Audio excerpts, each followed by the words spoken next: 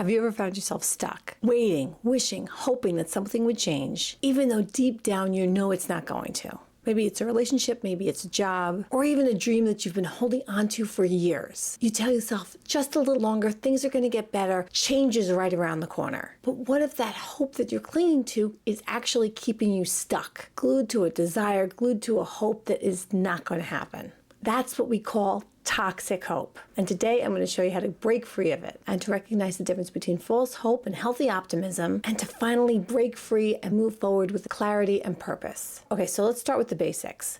Toxic hope is where you hold on to the idea that something is going to change even though there's little or no evidence to support that belief. Even when your friends and your family, even when important people are telling you, no, I don't really think this is going to work out. You keep holding on to this desire. It's the kind of hope that keeps you stuck in wishful thinking and ignoring red flags or reality. Instead of motivating you, it drains your energy. It leaves you feeling depleted because nothing's happening, and it prevents you from moving forward, from bringing new things into your life. Now compare this to healthy optimism. Healthy optimism is grounded in reality. There'll be signs that things are developing. It inspires action, and it helps you to make decisions based on what's actually achievable, what you can do. Toxic hope keeps you clinging, keeps you waiting, keeps you wanting, where healthy optimism helps you to thrive, helps you to fly. Now, toxic hope often shows up in relationships. Maybe you're staying with someone who consistently breaks your trust, but you stay because you're hoping that they're going to change. You're hoping they're going to learn, they're going to see the light, they're going to have an aha moment, and things are going to get so much better. They'll become committed to the relationship and showing up like the person you've always dreamed that they could be. Or you're waiting for someone who used to be in your life, but things ended, and they've clearly moved on, but you tell yourself, what if they want to come back? What if they realize they actually loved me? They liked one of my posts. What does that mean? Maybe they're trying to signal that they're still really interested. These scenarios, these what ifs, keep you stuck, keep you pouring your energy into situations that aren't serving you. Recognizing these patterns is the first step in breaking free. Okay, now let's talk about a concept that often fuels toxic hope.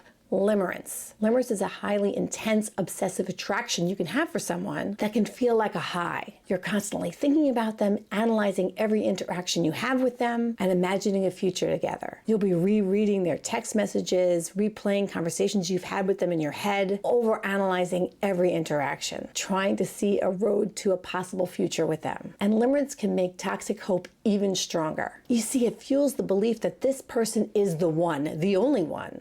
Even if they're unavailable, uninterested, or even unhealthy for you. They're put on a pedestal and they're seen as almost perfect. Limerence is more than just an infatuation or an intense attraction. It's an emotional roller coaster of extreme highs and lows that can become addictive. If you've ever felt intensely attracted to someone where you're constantly thinking about them and wondering if they're thinking about you, trying to figure out their behavior, looking for clues, wondering what if they change? What if they decide they want to be in a relationship with me? You're holding on to this connection even if you're not really in a relationship with them, or even if this connection is not working. That's limerence and toxic hope working together to keep you stuck. Okay, now let's get to one of the big ones, the what ifs. What if I wait a little bit longer and they change? What if they realize we could be the perfect couple if they just put in a little bit of effort? What if I'm giving up too soon? What if I let this go and then they're ready to be in a relationship and they get involved with someone else after I've waited all this time? These what if scenarios are so powerful because they tap into our fear of regret. It lets us avoid the pain of letting go by holding on to a false sense of hope. But here's the reality. What if isn't grounded in truth. It's a distraction from the present moment and from the choices we need to make to prioritize our well-being. Okay, so how do we break free from toxic hope?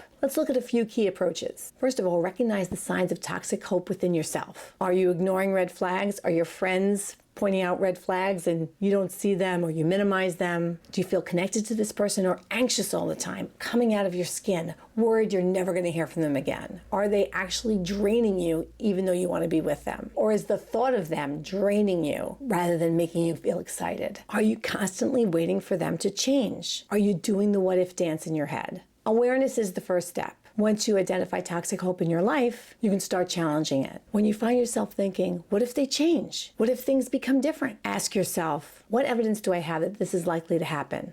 What have they been doing that shows that they're even willing to change? Actually doing, not saying, actually doing. Write down or journal about the reality of the situation. Seeing that gap can help you to begin to let it go. Then practice self-compassion and self-care. Letting go of toxic hope is going to feel like a loss, and it's okay to grieve that. It's okay to be sad about what you wanted to have happen that didn't. Be kind to yourself during this process. Don't judge yourself. Don't get angry at yourself. This could happen to anybody. A focus on activities and people that bring you a feeling of joy and fulfillment. Begin to build a life that doesn't depend on a specific person or outcome. You want to build a sense of purposeful living, bringing happiness and excitement back into your life, and a life that's based on you, not on the actions of someone else. Now that we've talked about breaking free of toxic hope, let's explore what it means to move forward with realistic hope. Healthy hope is grounded in reality. It's about believing in your ability to grow and adapt while also staying realistic about what's possible. It inspires action,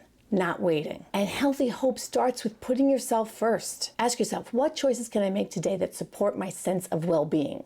Toxic hope keeps you focused on an idealized future, on a fantasy. Healthy hope brings you back to the present. It's realistic. You could be connected to someone, but you're going to see their flaws. You're going to see the hurdles in the relationship. And you're going to see if you're able to work together to build a real connection. Practice mindfulness and gratitude for what's good in your life right now. Instead of clinging to an unhealthy relationship or dream, focus on connections that are real, reciprocal, and fulfilling. Surround yourself with people that support your growth, who support you, and who show up in a real, authentic way. Breaking free of toxic hope isn't about giving up. It's about choosing a better path for yourself. It's about letting go of what's holding you back so you can make space for the life you deserve. Remember, healthy hope is rooted in action, self-care, and realistic expectations. You have the power to move forward, and it all starts with you choosing you. Thank you for watching, and if this resonated with you, I encourage you to take the first step in letting go of toxic hope. You're definitely worth it.